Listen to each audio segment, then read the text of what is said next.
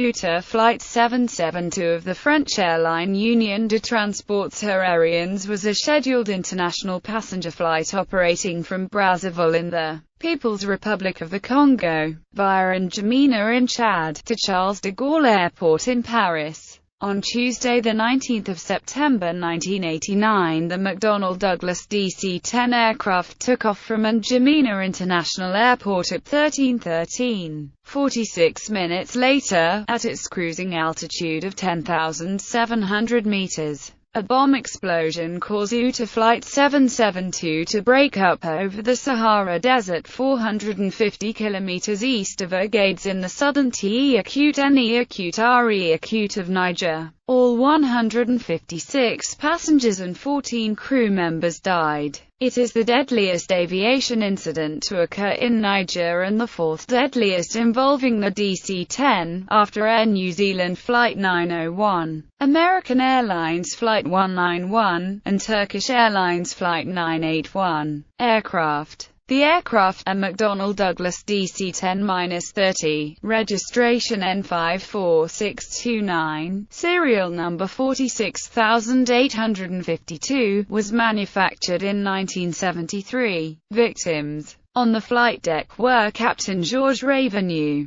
as instructor, First Officer Jean-Pierre Hennequin in training, Safety Pilot Michel Acute, and Flight Engineer Alain Bricout. In the cabin were purses Jean-Pierre Bachung and Michel Vasseur, along with flight attendants Alain Blanc, Laurence de Boisy-Pennon, Martine Brett, Antles, Nicole Deblica, Ether Lenoble, Gail Legain, Veronique Morella, Jean-Pierre Malbassan. Among the passengers killed was Bonnie Pugh, wife of the American ambassador to Chad at the time, Robert L. Pugh. Chadian Planning Minister Mahamat Soumahila was also aboard, bound for the annual meeting of the International Monetary Fund in Washington. The victims came from 18 different countries, the majority being French or Congolese nationals. 54 French, 48 nationals of People's Republic of Congo, 25 Chadians, 9 Italians, 7 Americans, 5 Cameroonians, 4 Britons, 3 nationals of Zaire, 3 Canadians, 2 Central Africans, 2 Malians, 2 Swiss, 1 Algerian, 1 Bolivian, 1 Belgian, 1 Greek, 1 Moroccan and 1 Senegalese. 8 of the fatalities were oil workers coming back from the completed drilling of the Combe 3 borehole in southern Chad. After the plane was bombed, Leonardo Leonardi, a spokesperson for the Italian embassy in Paris, said that the embassy believed that 6 Italians were on the flight. A spokesperson of the Friars Minor Capuchin religious order said that 2 members of the order were on board the aircraft. Investigation. An investigation commission of the International Civil Aviation Organization determined that a bomb placed in a container in location 13I in the forward cargo hold caused the destruction of the aircraft. The commission suggested that the most plausible hypothesis was for the bomb to have been inside the baggage loaded at Brazzaville Airport. Initial speculation over which groups might have been responsible for destroying UTA Flight 772 centered upon Islamic Jihad, who were quick to claim responsibility for the attack, and the secret Chadian Resistance rebel group, which opposed President Hissène Habré. 5 years previously, on 10 March 1984, a bomb destroyed another UTA aircraft from Brazzaville shortly after the DC-8 had landed at N'Djamena Airport. There were no fatalities on that occasion and those responsible were never identified. Wreckage of the aircraft was sent to France for forensic examination, where traces of the explosive PETN were found in the forward cargo hold. Pieces of a dark grey Samsonite suitcase covered in a layer of PETN convinced the investigators that this was the source of the explosion. It had been loaded in Brazzaville. Trial in absentia. The investigators obtained a confession from one of the alleged terrorists, a Congolese opposition figure, who had helped recruit a fellow dissident to smuggle the bomb onto the aircraft.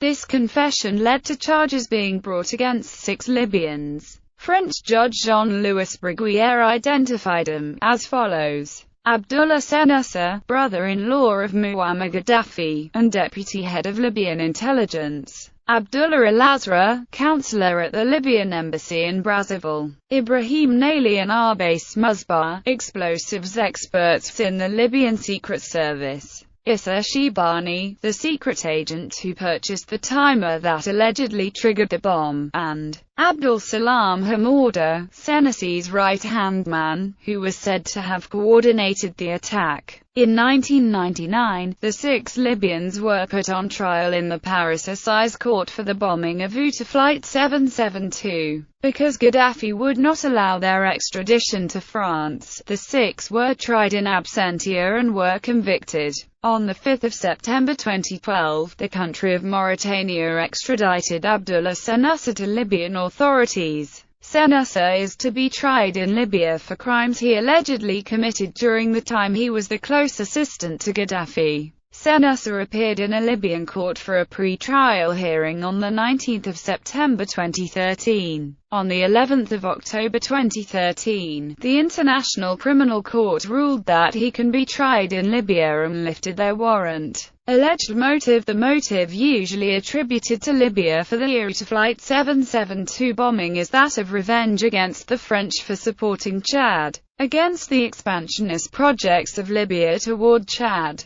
The Chadian-Libyan conflict ended in disaster for Libya following the defeat of the Battle of Martin al-Sara in the 1987 Toyota War. Muammar Gaddafi was forced to accede to a ceasefire, ending his dreams of African and Arab dominance. Gaddafi blamed the defeat on French and U.S. aggression against Libya. Libyan compensation. The Paris court awarded the families of the UTA victims sums ranging from €3,000 to €30,000 depending on their relationship to the dead. Not content with this award, the French relatives group Les Familles du DC-10 DUTA signed an agreement on 9 January 2004 with the Gaddafi International Foundation for Charity. Associations accepting a compensation payment of $170 million, or $1 million for each of the 170 UTA victims. By May 2007, it was reported that 95% of this compensation money had been distributed. However, the families of the 7 American victims refused to accept their $1 million awards and are pursuing the Libyan government through a federal court in Washington. On 19 September 2006, the court was asked to rule that the Libyan government and 6 of its agents were guilty of the destruction of UTA Flight 772 on 19 September 1989. Damages of more than $2 billion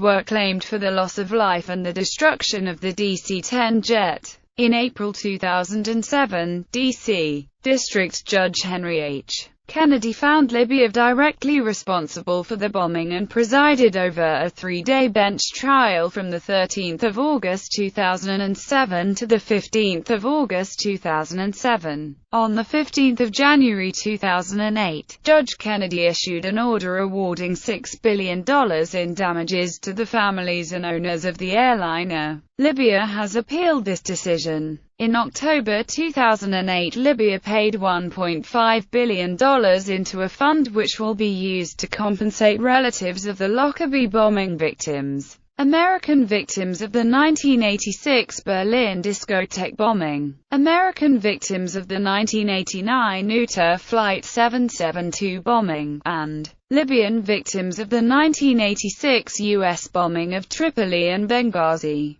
As a result, U.S. President George W. Bush signed an executive order restoring the Libyan government's immunity from terror-related lawsuits and dismissing all of the pending compensation cases in the U.S. Other statements. In Manipulations Africaines, published in February 2001, Pierre P. Coutain investigated the sabotage of UTA Flight 772. He alleged that evidence pointed to Iran and Syria, but that due to political context, France and the United States tried to put the blame on Libya. He accuses Judge Jean-Louis Bruguière of deliberately neglecting proof of Lebanon, Syria and Iran being involved to pursue only the Libyan trail. He also accused Thomas Thurman, a Federal Bureau of Investigation explosives expert, of fabricating false evidence against Libya in both the Pan Am Flight 103 and UTA Flight 772 sabotages.